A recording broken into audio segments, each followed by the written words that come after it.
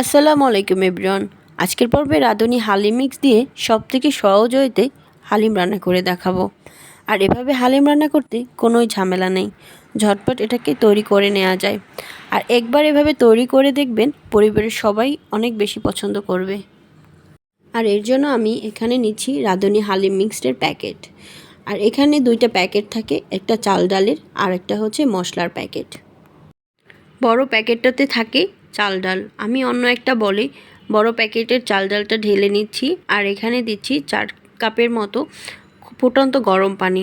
অবশ্যই গরম পানি ব্যবহার করবে।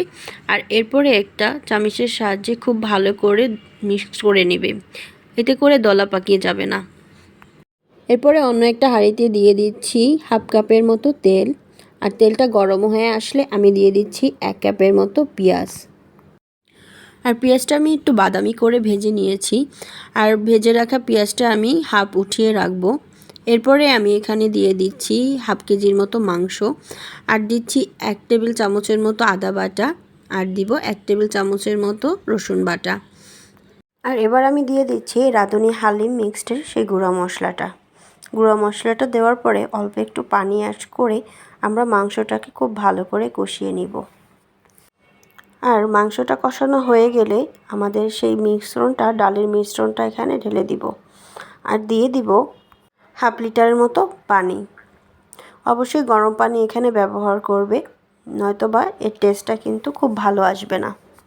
এবার একটা কাঠের নাড়নি দিয়ে আমরা ডালের মিশ্রণটাকে খুব ভালো করে মিক্সড করে দিব, নেড়ে দিব, এতে করে আমাদের ডালের মিশ্রণটা লেগে যাবে না। আর এই পর্যায়ে আমরা চুলার আঁচটা মিডিয়াম আঁচে রেখে এটাকে খুব ভালো করে সিদ্ধ করে নিব। আর 5 মিনিট পর পরে আমরা এটাকে ভালো করে একটু নাড়িয়ে দিব, এতে করে আমাদের মিশ্রণটা নিচে লেগে যাবে না। আমার এটা সিদ্ধ হতে 20 থেকে 30 মিনিটের মতো সময় লেগেছে। তোমরা চাইলে এটাকে প্রেসার কুকারে সিদ্ধ করে নিতে পারো। আমার ডালটা একদমই সিদ্ধ হয়ে গেছে।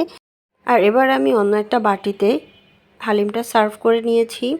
আর দিয়েছি ছোট ছোট টুকরো করে কেটে রাখা আদাটা দেওয়ার অবশ্যই চেষ্টা করবে, এতে করে একটা অথেন্টিক ফ্লেভার আসে। আর এবার দিচ্ছি আমি শসা কুচি। আর দিয়ে দিচ্ছি আগে থেকে ভেজে রাখা পেঁয়াজ ব্রেস্তা। এই পর্যায়ে তোমরা চাইলে পেঁয়াজ ভেজেও ইউজ করতে পারো তেলের সাথে। আর এখানে দিচ্ছি আমি কাঁচামরিচ। আর দিচ্ছি একটু সামান্য পরিমাণে লেবুর রস, তোমরা চাইলে এটা স্কিপও করতে পারো। আর এরই সাথে তৈরি হয়ে গেল রাঁধুনি হালিম মিক্সড হালিম। চেষ্টা করেছি খুবই সাধারণভাবে তৈরি করে দেখাতে, আশা করি ভালো লাগবে।